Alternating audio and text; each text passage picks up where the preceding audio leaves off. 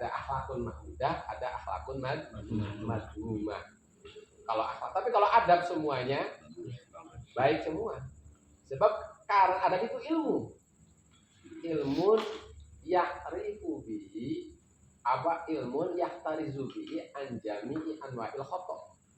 Keilmuan, dengan keilmuan tersebut dia terjaga dari semua bentuk kesalahan. Itu jal al-kummal, syar'iyan, hakikian, sunuhu ala kitab wa sunnah wa iktidal ulama. Summa sayruhu ila Allah wa suluhu ala jadil mursyidin wa asili bilatil maqamat al-aliyah mutasasilan ila Nabi sallallahu alaihi wasallam wa syekh bil irsyad wa dilalah. Allah la anjahlin wa la anhatinaf nafsin, ambisi pribadi ya, anti nafsin itu. Hadirin rahimakumullah, malam ini menjelaskan tentang orang yang sah, yang layak, yang pantas diambil sebagai guru. Siapa sih orang yang layak pantas diambil sebagai guru?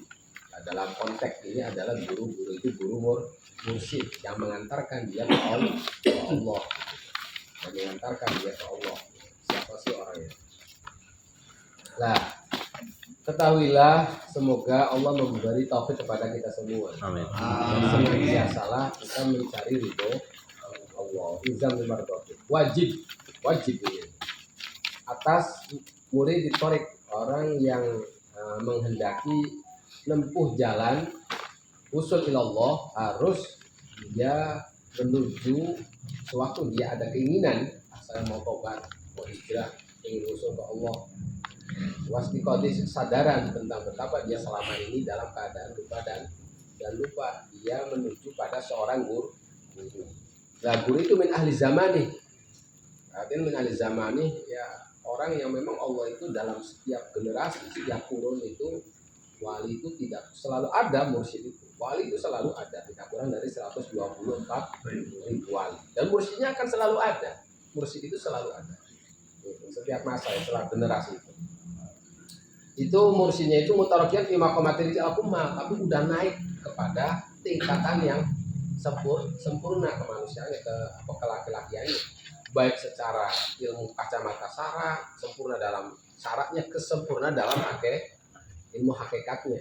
Terus dia dalam menempuh hidup itu sesuai pada di atas kitab Al-Quran dan Sunnah dan mengikuti ulama yang bisa dipertanggungjawabkan. Lalu dia berjalan ke Allah pun dia berjalannya tidak sendirian, tapi melalui seorang guru yang sebelumnya. Yang guru itu sebelumnya itu wasil ilatil maqamat, juga udah sampai pada maqamat pada rijal al-kumal tadi.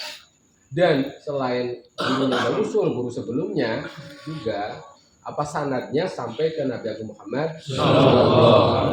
Selain dia ilmu syariatnya udah persegi, hakikatnya ilmu hakikatnya persegi, dibuktikan dengan dia dalam hidup menempuh di atas Al-Quran dan Sunnah ulama. Terus dia itu usulnya itu lewat seorang guru yang sebelumnya itu, terus sanadnya sampai ke Nabi, juga dia dapat mandat dari gurunya untuk memberi kalau itunya beat lah dari gurunya itu, atau memberi irsyad wadilah Allah. Bukan dia itu seorang mursyid, tapi dengan anjahlin wala anhatinaf nafsi, karena kebodohan dan kepentingan pribadi, ambisi pribadi lah, jangan sampai seperti itu.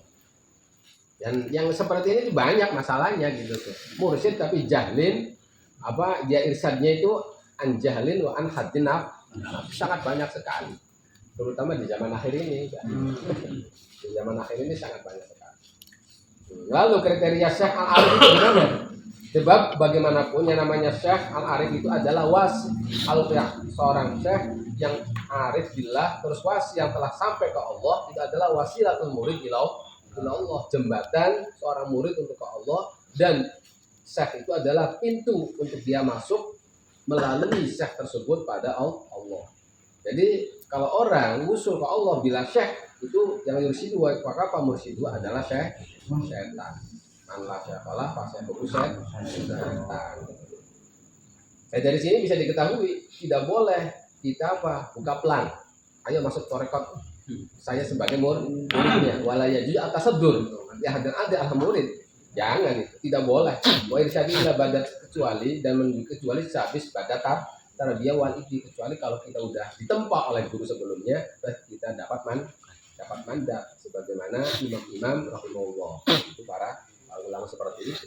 Sebab tidak ada samar, tidak ada keraguan orang yang tasoddar lidalik, berani dia mengajak orang-orang usul ke Allah melalui lewat dirinya, bahwa Quran, sedangkan dia bukan ahlinya, bukan kapasitasnya. Justru itu kerusakannya itu lebih besar daripada kebaikannya. Dia akan lebih menyesatkan gitu.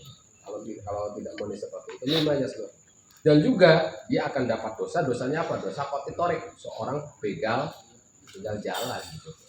Sebab ada orang pengen usul ke Allah, dia sanggup menuntun, ternyata dia tidak memenuhi kriteria seorang guru, itu dia sebagai kotiut, sebagai pembegal jalan dosanya. Oh, bimazilah anur batu murid, apalagi dia jauh untuk bisa urut batu muridin sodikin, untuk bahwa bimazilin dia untuk jadi tangkat muridin sodikin juga dia udah tidak ada, apalagi pangkat masyayikh al-arifin.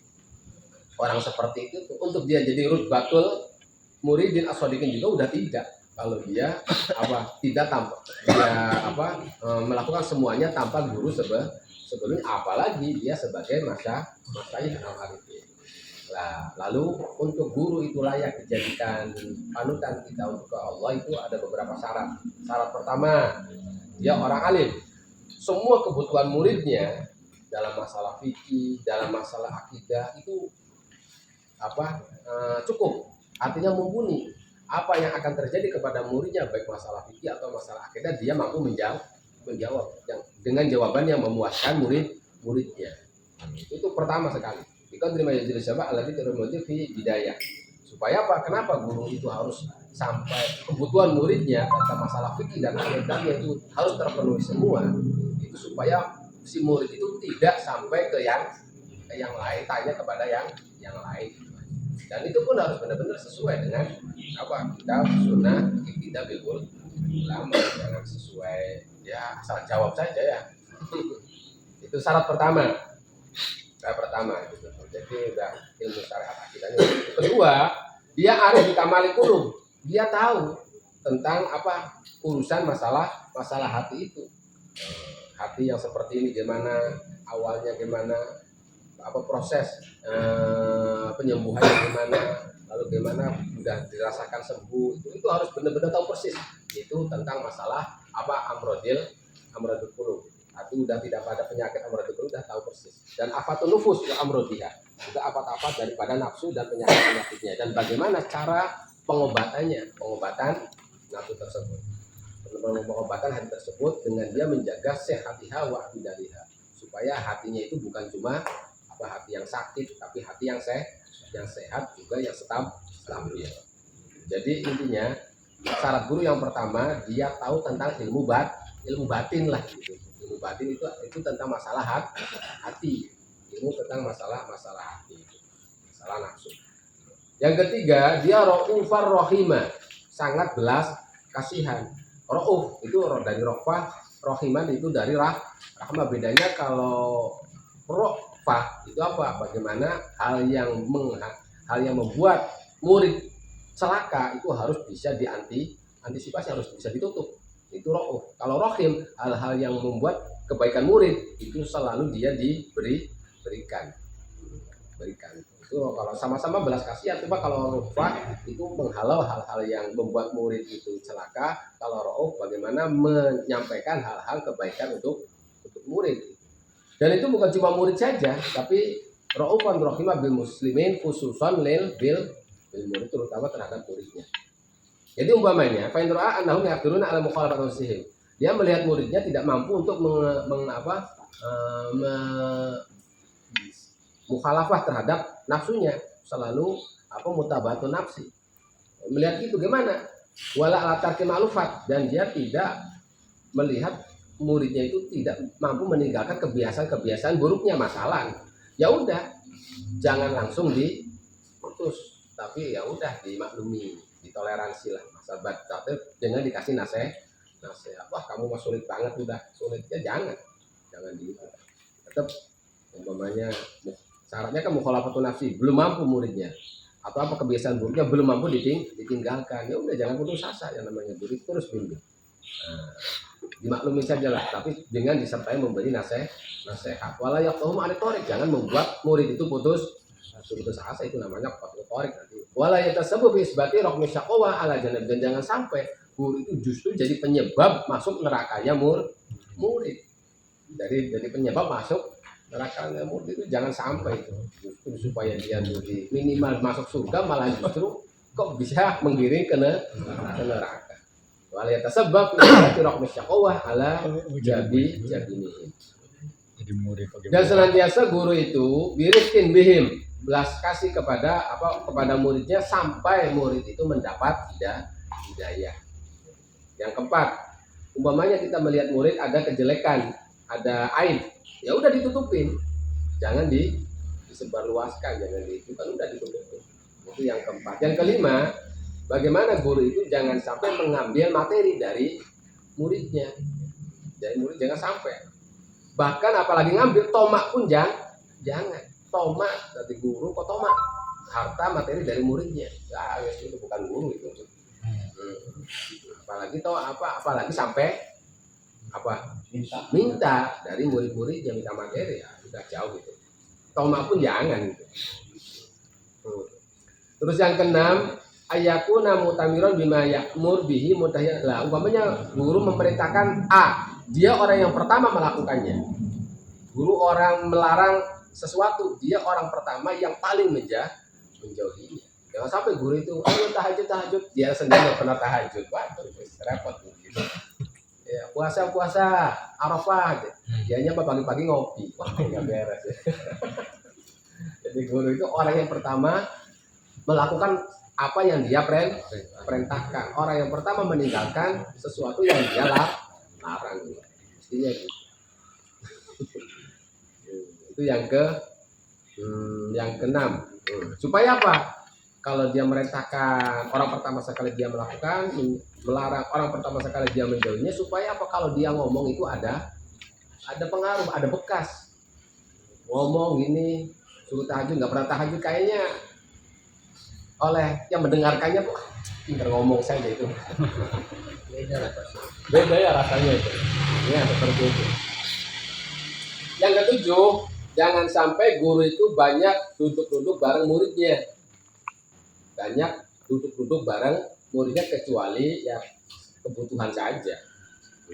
Nah, itu umpamanya duduk bareng, ya kasih sekelumit tentang masalah tarekat, syariat, atau dengan buka kitab. Kamu tolak hati kita binaha ada seperti mau duduk-duduk sama muridnya, ya udah baca kitab. Udah.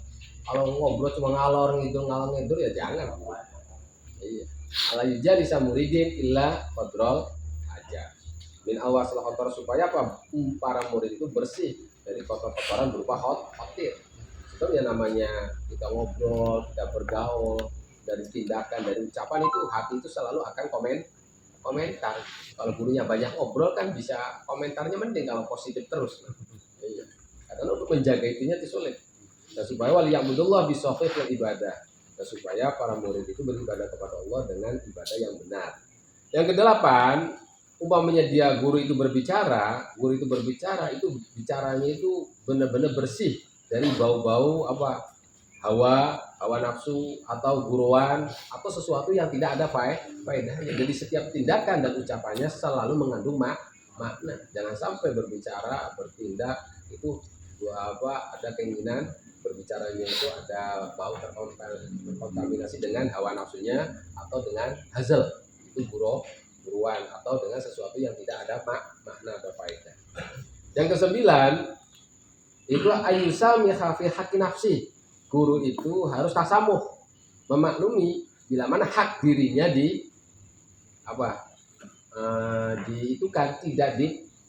hak dirinya tidak diindahkan. Yang guru mesti dihormati. Umpamanya ada murid tidak pernah menghormati, ya udah, nggak usah pusing. Nggak usah pusing. Jadi hak dirinya, umpamanya hak guru. Kalau murid harus gini-gini, ternyata muridnya tidak ada yang memenuhi, ya biarin saja. Kalau yakul mutawakkan tadi, maka jangan sampai dia berharap murid itu mengagungkan dirinya atau memuliakan dirinya. Dan jangan sampai guru itu membebani murid-muridnya dengan sesuatu yang tidak kuat dia melakukannya. Atau jangan kasih wiridan murid-murid itu wiridan yang membuat dia akan cepat bosan. Wah, wiridan 5.000, kasih wiridan lagi 10.000, kasih wiridan lagi. Wah, ini mah ya udah waktunya habis. Akhirnya, ya jangan sampai itu murid itu ngasih yurotib, kasih rotib wiridan rutinitas min amal mas amun sesuatu yang membuat dia murid itu bosan. Walau itu rumah imbisat wal inkiban, juga jangan banyak itu imbisat itu ya tadi inkibat itu dia sangat itu sekali supel sekali dengan muridnya, jangan. Juga sangat nggak mau gaul dengan muridnya juga jangan dia standar saja gitu. Dan umpamanya dia lagi senang banget, jangan diperlihatkan. Lagi pusing banget ya jangan diperlihatkan, biasa gitu. Walau jadi alahin kulat tajik, dan juga jangan sampai guru itu membuat sempit dengan sempitnya terhadap muridnya. Kamu jadi murid jangan gini. Waduh, akhirnya murid itu pusing bagaimana melaksanakannya. Itu jangan itu. Jadi ya yang namanya kita punya murid suruh senang-senang saja udah murid.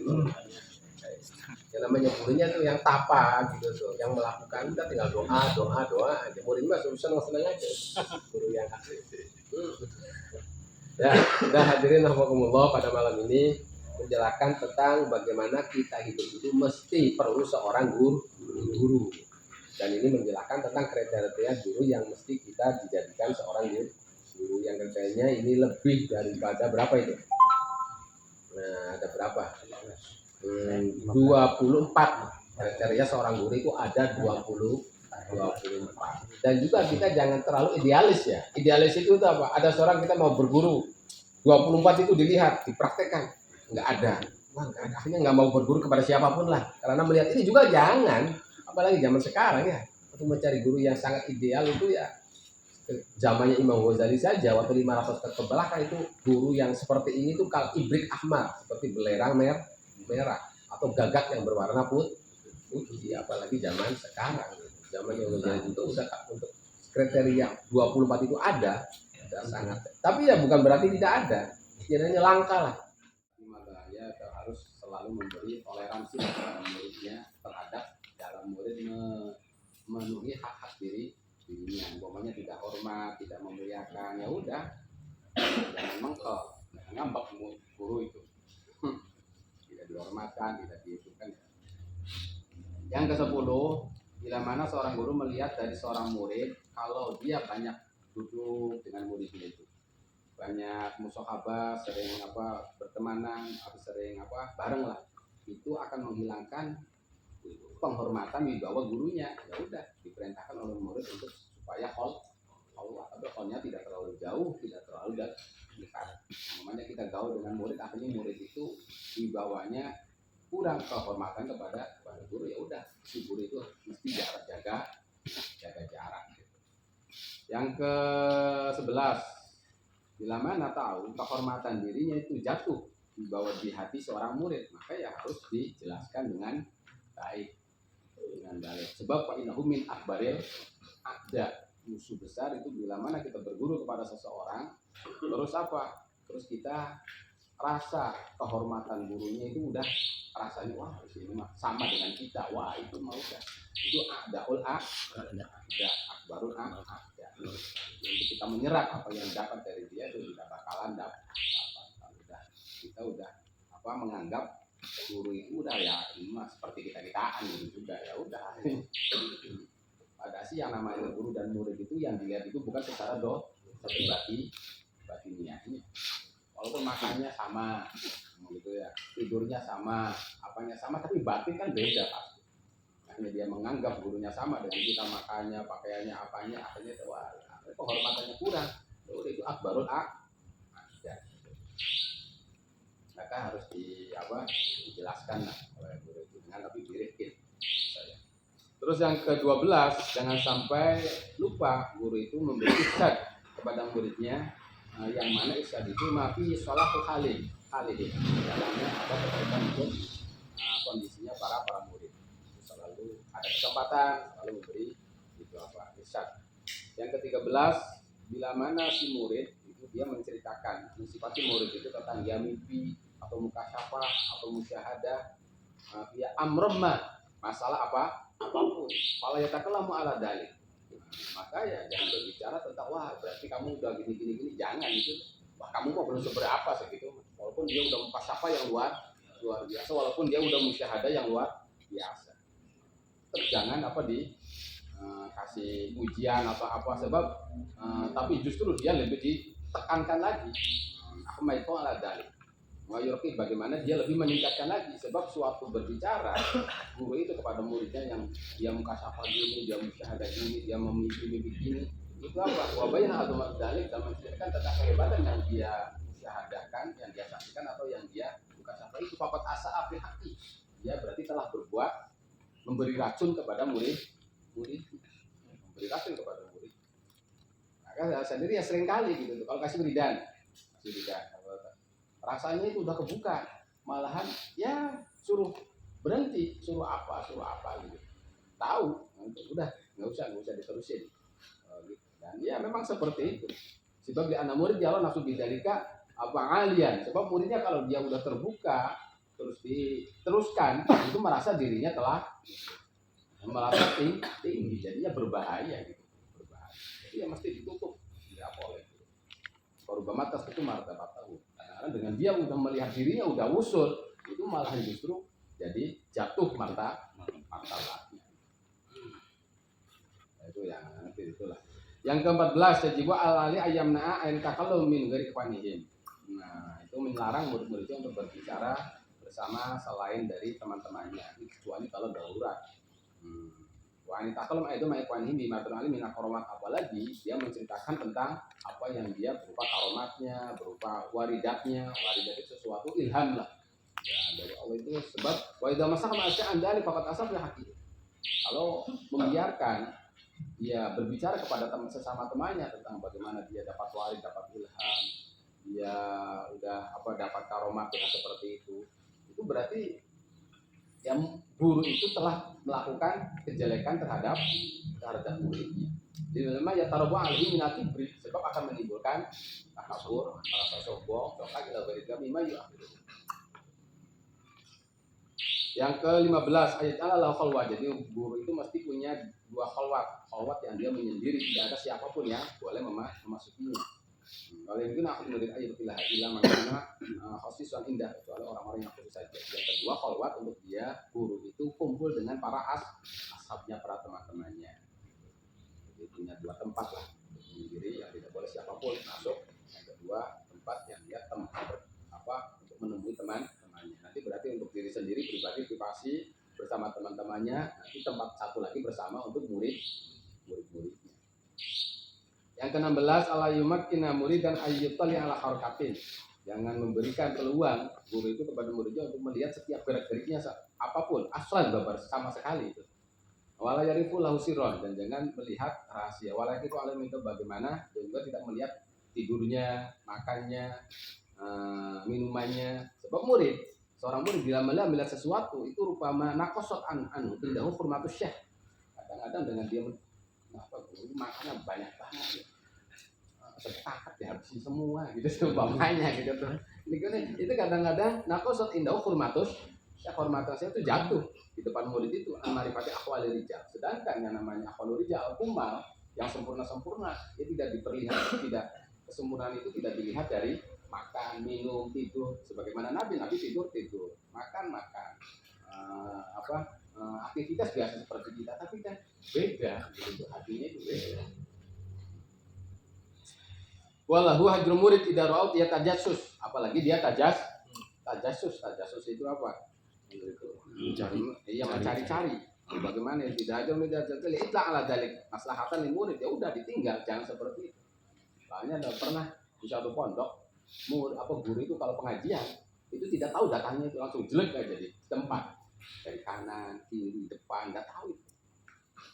Ada muridnya guru itu ya kalau ngaji itu langsung di depan aja, nggak tahu datangnya apa, mau dikuasain supaya ternyata guru itu datangnya itu terbang Dan di atas para murid itu kelihatan itu langsung. Kelihatannya yang lain mah ya tahu-tahu udah ada di tempat. Tapi murid yang udah puasa itu ternyata yang muter-muter dulu di atas muridnya itu terus baru langsung diusir itu murid itu. Langsung diusir santri. Wah ini mah kurang ajar ya. Dengan tahu rahasia. Bahaya itu. Tajasus itu seperti itu. Nah, jadi dihajurnya itu ditinggalkan itu maslahatan lil murid atau kemaslahatan muridnya sendiri. Yang ke-17 ya toleransi abadan fi kasratil akli, tidak boleh mentorel murid itu banyak makan, sebab kalau diperbolehkan banyak makan itu akan merusak segalanya. Kula syai'in yaqaluhu asya'il murid. Jadi bi anal kasrata alian afarnas abidun li butuh. Mayoritas manusia itu hamba daripada butun lah. Ya kalau udah jadi nggak apa-apa. Kalau udah jadi, nah ini kalau belum jadi ya jangan sampai saya makan banyak udah nggak apa-apa, gitu. Makan aja yang banyak. Nah seperti itu guru MPG. kalau yang ke-18 ayam nasa bahwa alaiza ashab syekhan akhor, teman-temannya jangan duduk-dudukan dengan teman-teman dari guru yang lain, sebab madorot didalika syariat, sebab madorot dengan banyaknya mujalasah ashab syekhan akhor itu akan cepat merusak, akan setelah faina madorot syariatun bil muridin, akan cepat merusak pada murid, kecuali fa in ra'ahum sabitin, kecuali kalau melihat muridnya udah loyalitasnya udah tidak diragukan sama guru itu, udahlah walaupun gimana pun yang itu gurunya udah nggak masalah itu. Kalau tidak bakalan terjadi perubahan keyakinan kepada gurunya, memang dengan bergaul dengan yang lain-lain, ini cerita gurunya, akhirnya waduh jadi satu pengen berguru baiklah berguru ke yang lain. Jangan, dilarang murid kalau dia akan masih tergembang dengan guru yang lain, bila mana dia dibebaskan untuk bergaul dengan teman-temannya. Mereka kan santri ini santri, karena satu daerah itu ada 10 pondok. Nah, itu kayaknya beda-beda. Kadang-kadang satu santri gaul dengan ini sama-sama menceritakan tentang kiainya. Ini kalau ini bisa ke bawah, lagi dilarang. Jangan sampai, kecuali kalau udah mantap, sama apapun udah sama gurunya ini saja, ya udah biarin apa-apa, itu malah dasar. Yang ke-19 ayat tadi anitarodut umaro, guru itu jangan sering bolak-balik ke umaro. Iya, wal hukam, supaya tidak diikuti oleh muridnya. Tidak dikasih, sebab kalau gurunya sering itu yang ikutin nantinya. Supaya pun alih ismahu, maka guru itu akan berdosa dan juga membuat dosa para murid. Dan itu mimbabi mansanna sunnatan sayyi'ah fa alaihi wizruha wa wizru man amila. Ya, barang siapa yang mempelopori suatu kebaikan, suatu kejelekan, maka dia akan dapat dosa dan dosa orang yang mengamalkannya. Al-Hadisah rawahu Muslim at-Tirmidzi. Sebab di ana ghalib ma yataqab ilaihim, rata-ratanya orang yang berdekatan dengan para hukam, para umaro itu sulit untuk mengingkari apa yang diperbuat oleh mereka. Di mayoritas faluna minal muharramat wa kana ta'atu ila, kadang-kadang bisa memberikan dengan dia sering balak-balik itu takrir, memberi legitimasi ya. Ini juga nggak apa-apa ya, berarti udah nggak apa-apa. Begitu tuh. Halal mungkar pada kemungkaran itu kan berbahaya. Ayakuna khitabul lahum bil ghayati talatuh. Nah, kalau ngobrol dengan murid, ayakuna khitabul lahum, murid guru khitobah ngobrol dengan murid itu bil ghayati talatuh, puncak dalam kelembutan, wayadar min sabbihim, jauhi dari mencela, wasat mihim, satmi apa sih? Misi apa? Mencaci maki ya. Patok nih. Iya, ya itu ya. Iya mali Allah ya piron supaya murid itu hatinya itu tidaklah wasalnya mah di sini bisa dimarahin terus, pak kabur aja lah. Guru marahin terus, muridnya kan berbahaya itu. Kalau muridnya mentalnya udah kuat, kalau nggak kuat kan kabur.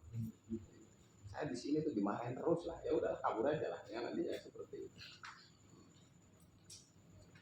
Al-Hadi wal Isrun, yang ke-21 idada, bila mana ada seorang murid undang dan mengijabahi dan dia memenuhi fayakun bi ta'azzuz wal ifah, dan dia dengan ta'azzuz berusaha untuk ya lamon itu kan jangan sampai pandangan murid itu jadi runtuh. Jadi harus menjaga wibawa.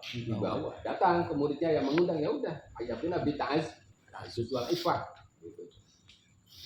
Asani wal isrun idza jalasa indal murid, suatu duduk bersama murid wala yajid bisakinah. Guru itu duduknya dengan tenang, waqor, wala yaksiru al-iltifat, jangan banyak tolak, wala yanam. Malah ngobrol-ngobrol dengan muridnya malah tidur.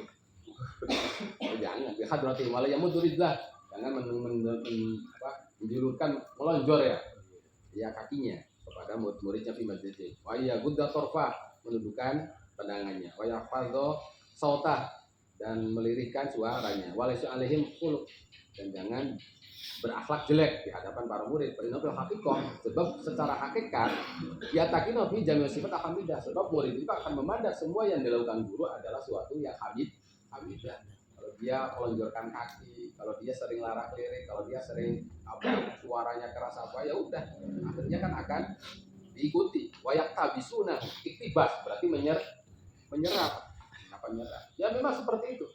Makanya kita waktu pesantren ya di Jawa Tengah itu bisa dicirikan karakter Kiai Ploso seperti ini, karakter Kiai Sarang seperti ini, karakter Kiai Lirboyo seperti ini. Itu muridnya itu kelihatan. Kiainya biasanya pakai topinya gini, ya muridnya gini semua, santri-santri semuanya. Sarang ya, iya kan, karena kiainya suka gitu. Ya murid-muridnya tuh santrinya gitu semua. Cara duduk kiai ini gitu. Nanti murid-muridnya tuh cara duduknya, gayanya seperti itu. Jadi, oh ini kiai Ploso ya, iya. Ketahuan cara duduknya gitu kayak kiainya. Jadi ya kelihatan cara berpakaian, cara apa itu menyerap dengan tanpa disadari itu. Cara berpakaian, cara itu semuanya murid itu seperti itu. Iya. Jadi gaya bicaranya juga kadang-kadang hampir saya. Ini gaya bicara kiai ini begini.